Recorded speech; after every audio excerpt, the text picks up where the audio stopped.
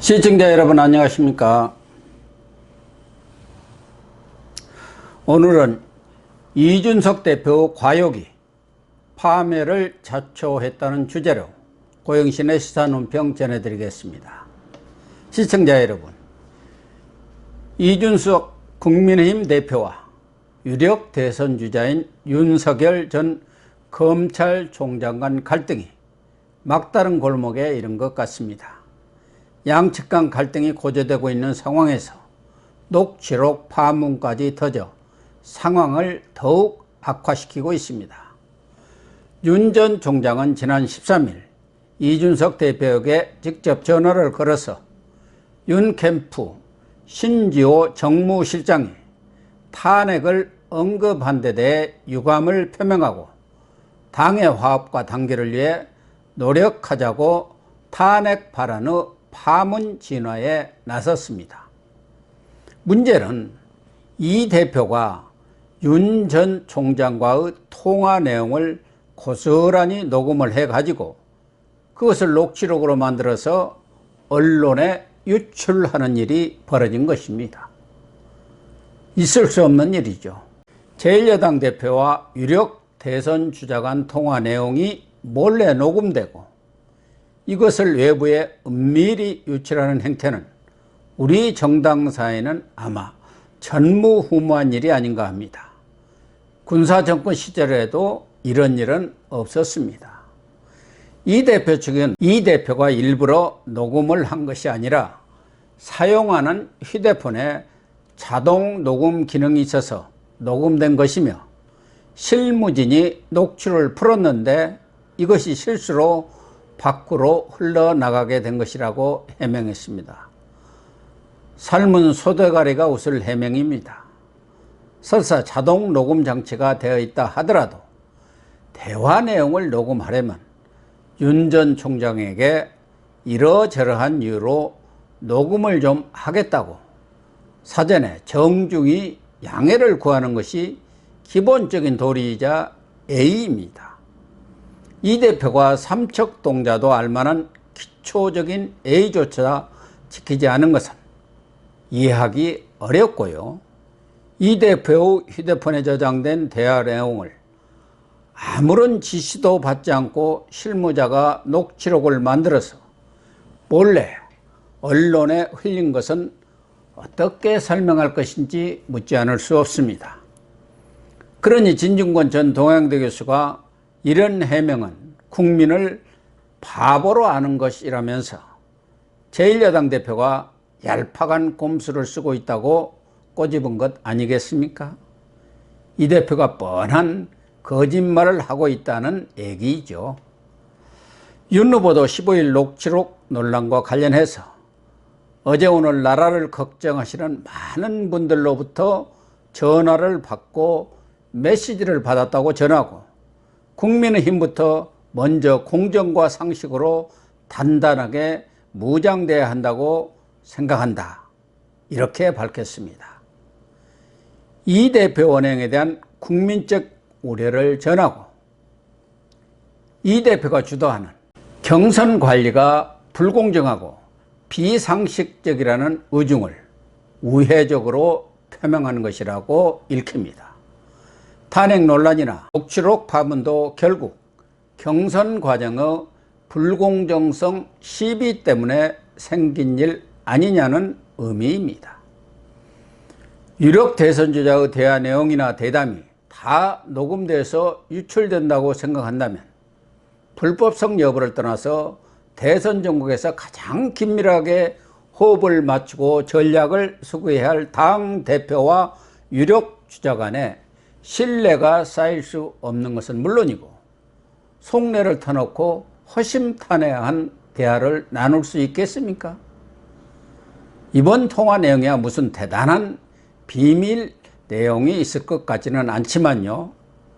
녹취록이 언론에 넘어가는데 앞으로 경쟁 후보나 민주당 측에 넘어가지 않는다는 보장이 없는 것 아니겠습니까? 이 대표는 이번 녹취록 유출을 실무진의 실수로 돌리면서 나는 잘못한 것이 없다고 발뺌을 하려 해서는 안 될 것입니다. 다른 사람의 허물은 빗으로 후벼 파듯이 지적하면서 자기 잘못은 아랫사람에게 퉁치고 넘어가려 한다면 많은 사람들이 비난하는 문 정권의 행태와 뭐가 다른지 묻지 않을 수 없습니다. 그야말로 내로남불 행태입니다. 녹취록을 언론에 흘린 저희가 무엇인지 몰라도 온 국민이 기대를 모았던 젊고 참신한 야당 대표가 불과 3개월 만에 권력에 취한 제왕적 대표, 꼰대 대표가 되어버렸다는 비난을 면치 못할 것입니다.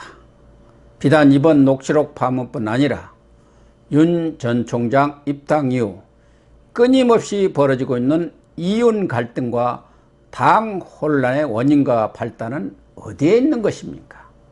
바로 이준석 대표의 과도한 욕심과 조급증 때문이라는 것이 정치권의 대체적인 관측입니다. 지구는 못 산다.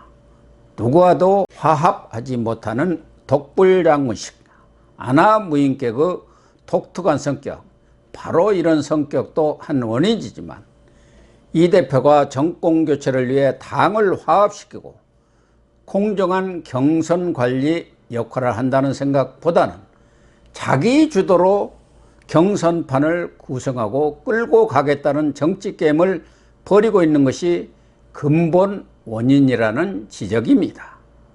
그러다 보니 유력 대선 주자들을 경선 전국의 주인공으로 띄우고 뒷받침하기보다는 당대표가 주인공이 되려고 대선 후보와 힘겨루기 내지는 주도권 싸움을 벌이는 모양새가 되고 말았습니다.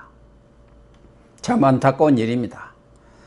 게다가 잦은 언론 인터뷰와 SNS를 통해서 자기 당 후보들을 폄하하고 흠집내는 일을 하루가 멀다 하고 벌이고 있습니다.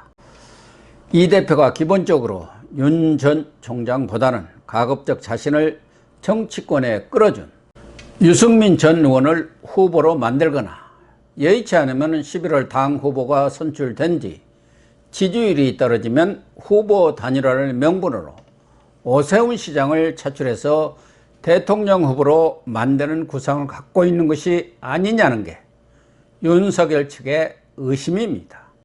만약 그렇게 되면 당 대권 후보가 선출된 뒤에도 강력한 당대표 권한을 유지하면서 내년 전국 지방선거 공천권도 거머쥐어서 강력한 차차기 주자로 부상할 수 있다는 계산을 하고 있다는 것이죠. 지난 3월 이 대표가 모 언론 인터뷰에서 윤석열이 대통령이 되면 지구를 떠나겠다.